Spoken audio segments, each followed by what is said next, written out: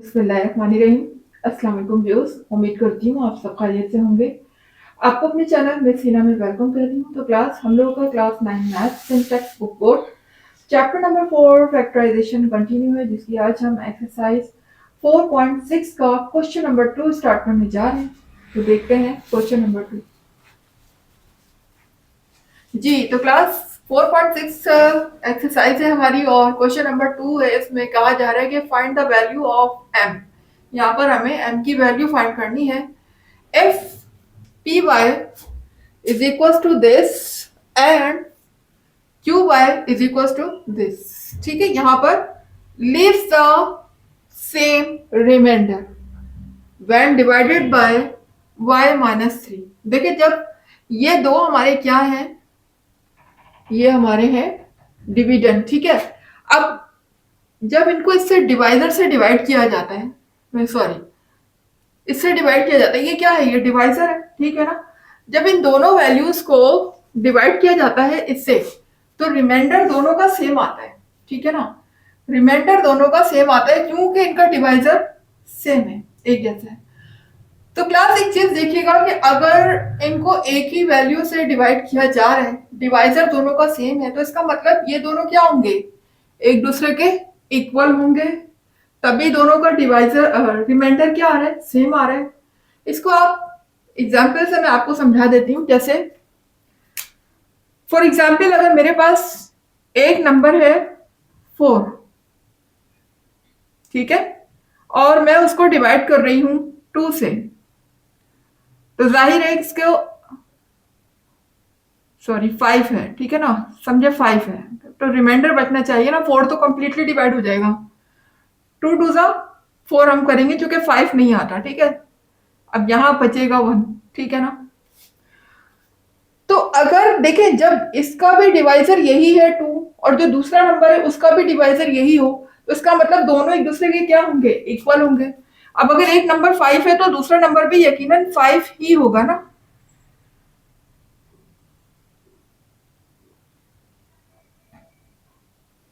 देखें, इससे भी रिमाइंडर 1 ही बच रहा है, इससे भी रिमाइंडर 1 ही बच रहा है। इसका मतलब है कि जो अंदर हमारा डिविडेंड यूज हो रहा है वो भी क्या है, सेम है, क्योंकि इनका डिवाइजर सेम है। डिवाइजर सेम है और रिमाइंडर हमारा सेम बच रहा है। ठीक है ना, एक जैसा रिमाइंडर बच रहा है, तो यकीनन जो अंदर हमारा डिविडेंड है वो भी सेम ही होगा, तभी तो रिमाइंडर सेम है ना, वरना ऐसे कैसे रिमाइंडर सेम बच सकता है। ठीक है ना, क्योंकि दोनों का डिवाइजर एक ही है। इसका मतलब यकीनन ये जो वैल्यू है ये इसके इक्वल होगी। ठीक है ना, तभी इन दोनों का जो रिमाइंडर है वो क्या होगा, सेम होगा। देखिए, बाहर तो ये इक्वल नहीं दिख रही है ना, अब आप कहेंगे कि ये मिस यहाँ पर और इसमें तो बहुत फर्क है। बिल्कुल फर्क है, जाहिर है यहाँ एम वाई क्यूब आ रहा है, यहाँ खाली क्यूब है, वाई क्यूब है, यहाँ पर 4y स्क्वायर है, जबकि यहाँ सिर्फ 4y। दिखने में दोनों एक दूसरे से डिफरेंट जरूर है, लेकिन यहाँ बुक में ये बात कही गई है कि क्योंकि ये दोनों सेम रिमाइंडर लिए छोड़ते हैं, दोनों का रिमाइंडर सेम है, that's why they are equal. ये इक्वल है, इस बात को हमने इस लिहाज से नहीं देखना कि ये क्या है, बस ये किसको अपने जहन में एज्यूम कर लें कि ये इक्वल है। ठीक है, तो क्लास सबसे पहले तो हम वही अपना पहला काम, फर्स्ट स्टेप हम कर लेते हैं, यहां से y की वैल्यू फाइंड कर लेते हैं। ठीक है, तो इसको सपोज कर लेते हैं, let y minus 3 is equal to 0। अब यहां से मैं फाइंड कर लेती हूँ y की वैल्यू, तो y माइनस 3 उधर उधर जाने के बाद क्या हो जाएगा, +3 हो जाएगा, ये हो गया +3। ठीक है, अब मैं बारी बारी पहले यहाँ y की वैल्यू रख के फाइंड कर लेती हूँ, पी वाई पॉलिनोमियल, पी मतलब पॉलिनोमियल। ठीक है, पॉलिनोमियल ऑफ y फाइंड कर लेते हैं, और फिर यहां भी हम फाइंड कर लेते हैं। अब जरा देख लिए, पहले मैं फाइंड करने जा रही हूं पी वाई, जो कि इक्वल है M Y cube plus 4y square plus 3y minus 4। अच्छा, मुझे y की वैल्यू क्या रखनी है, 3 रखनी है, तो जहां y की वैल्यू y है वहां मुझे 3 पुट कर देना है। तो मैं यहाँ मेंशन कर देती हूँ y इक्वल टू 3। अब जहां जहां y है वहां मैं 3 पुट कर दूंगी।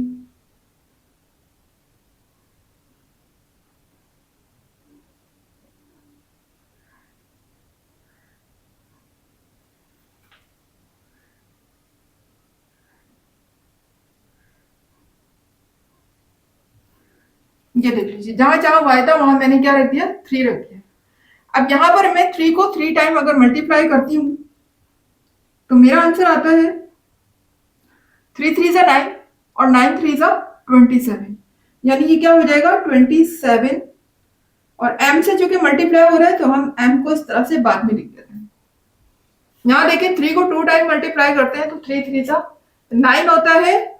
और अगर मैं 9 को 4 से मल्टीप्लाई करूं, 3 को 3 से मल्टीप्लाई किया तो क्या हुआ 9 हुआ 2 टाइम, और फिर 9 को 4 से मल्टीप्लाई करना है तो क्या हो जाएगा 4 9 जा 36। ठीक है, इसी तरह से यहां पर 3 3 जा 9 हो जाएगा और ये हो जाएगा 4। जी तो क्लास देखें, इसके साथ तो m लगा हुआ है, वेरिएबल है इसके साथ, जाहिर है ये इन नंबर्स में ऐड नहीं हो सकता, तो हम इन तीनों को ऐड या सब्ट्रैक्ट कर लेते हैं साइन के मुताबिक।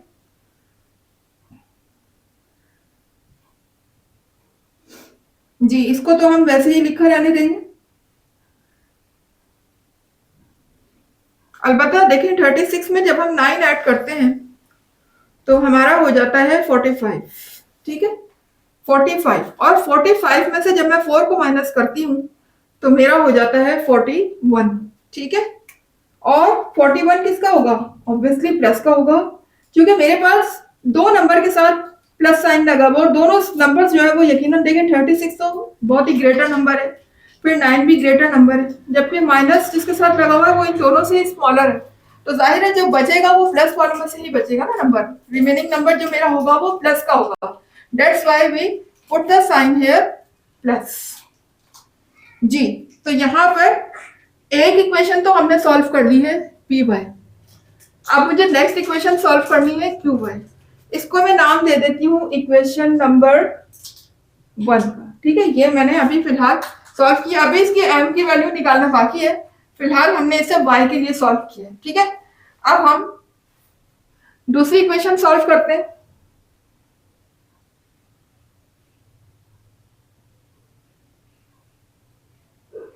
दूसरी इक्वेशन मेरे पास है y cube minus 4y plus जी। सेम जो वैल्यू यहां पर हमने रखी थी y की 3 वैल्यू वही हम यहां भी रखेंगे, क्योंकि दोनों का डिवाइजर एक ही है। तो अगर हमने यहां पर y की वही वैल्यू पुट की थी तो सेम यहां भी हम y की वही वैल्यू को रखेंगे, तो रख देते हैं। फिर जहां जहां y है वहां मैं क्या रख दूंगी 3, ये हो जाएगा 3 का cube minus 4 multiply by 3 plus m। तो क्लास देख सकते हैं यहाँ पर 3 को जब मैं 3 टाइम मल्टीप्लाई करती हूं तो मेरा आता है 3 3 जा 9 और 9 3 जा 27, 4 3 जा 12 हो जाएगा और प्लस m हो जाएगा। ठीक है, अब 27 में से जब मैं 12 को माइनस करूंगी तो क्या मेरा बचेगा जी, 27 में से 12 को माइनस करने पर क्या बचेगा, ये देखिए 7 में से 2 गए 5 बचे, 2 में से 1 गया 1 बचा, यहां मेरा रह जाएगा 15। ठीक है,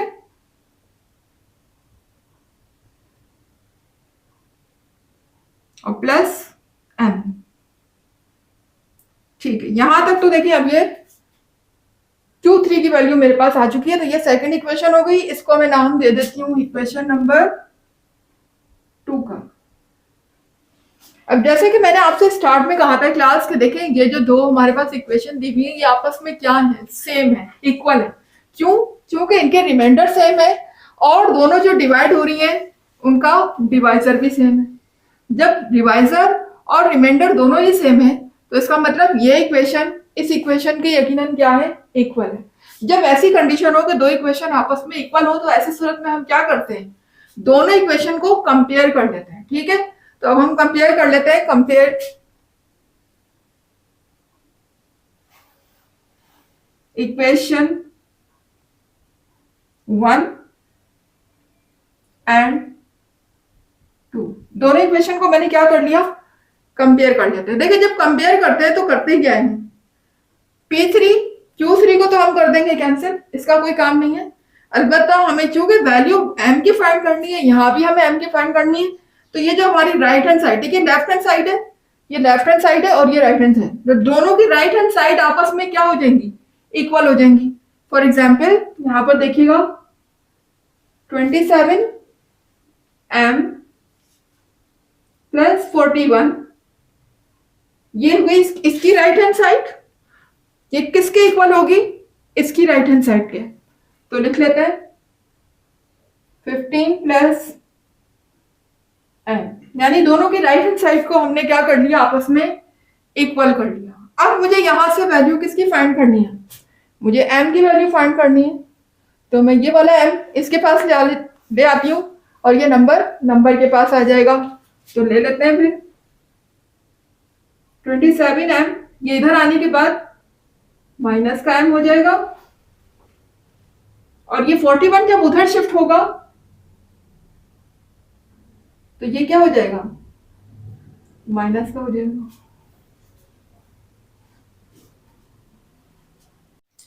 तो क्लास अब आप देख सकते हैं यहाँ पर m मैंने शिफ्ट कर लिया है। अब 27m है और ये सिर्फ 1m है, यहाँ कोई नंबर नहीं है, इसका मतलब क्या है 1। अब 27m में से मुझे 1m को क्या करना है, माइनस करना है, क्योंकि ये दोनों के साथ अपोजिट साइन है। ठीक है, जब अपोजिट साइन होता है तो हम क्या करते हैं, सेपरेट करते हैं। तो 27 में से जब 1 माइनस होगा तो मेरा क्या बचेगा, 26m, यहाँ रह जाएगा 26। और चूंकि 26 जो है वो बच रहा है किसमें से, 27 में से, तो 27 के साथ जो साइन है वो क्या है, प्लस का। तो मेरे साथ भी यहाँ पर 26 के साथ भी साइन कौन सा आएगा, प्लस का आएगा। ठीक है, उसके बाद देखिएगा इस साइड पे, राइट हैंड साइड पे देखिएगा, यहाँ पर लिखा हुआ है 15 माइनस 41। ठीक है, 15 माइनस 41।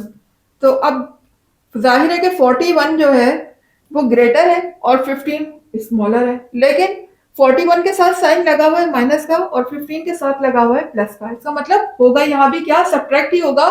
तो 41 में से मैं 15 को माइनस करूंगी तो मेरा क्या बचेगा, 26 ही बचेगा।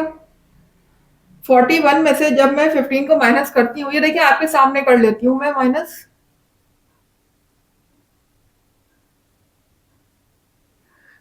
1 में से 5 नहीं जा सकता। ठीक है, यहां से लेंगे हम 11, बोरो लेंगे ना, यहाँ पर 4 में से हमने बोरो लिया, यहाँ पर रह गया 3, ये हो जाएगा 11। 11 में से 5 जाएगा तो मेरा क्या बचेगा, 6 बचेगा। ठीक है ना, 6 बचा। इसी तरह जब 3 में से 1 माइनस होगा तो यहाँ बचेगा 2, तो मेरे पास बचेगा 26। ठीक है, तो यहां पर आ जाएगा 26, और 26 के साथ साइन कौन सा आएगा, जाहिर है ग्रेटर नंबर के साथ जो है साइन माइनस का लगा हुआ है, तो हम 26 के साथ भी यहाँ पर माइनस का साइन लगाएंगे। अब चूंकि मुझे वैल्यू किसकी चाहिए, m की चाहिए, तो 26 यहाँ मल्टीप्लाई हो रहा है, यहाँ आने के बाद डिवाइड हो जाएगा। ये लीजिए, ये माइनस 26 है, 26 क्या हो गया, डिवाइड हो गया। अब क्या होगा, 26 से 26 हो गया कैंसिल, और मेरे पास m की वैल्यू क्या आ गई, -1। जी, बस यही हमें फाइंड करनी थी। यहाँ पर find the value of m, वो हम ले आए हैं। और आप, उम्मीद है कि आपको समझ आया होगा क्वेश्चन। ठीक है, यही हमारा आंसर होगा।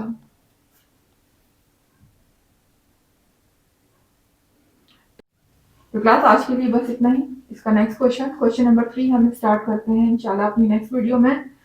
जब तक के लिए मुझे इजाजत दीजिएगा। पर जाने से पहले एक ही बात कि अगर कॉन्सेप्ट अच्छे लगे, वीडियो पसंद आई और नॉलेज में इजाफा हुआ तो फिर चैनल को सब्सक्राइब कीजिए, वीडियो को लाइक कीजिए और जितना हो सके वीडियो को शेयर कीजिए। ठीक है, इसके अलावा क्लास अपना फीडबैक जरूर दिया करें कमेंट बॉक्स में, ताकि मुझे पता चले कि आप लोगों को कहाँ तक मेरे बताए हुए कॉन्सेप्ट समझ आ रहे हैं, कितने क्लियर हैं।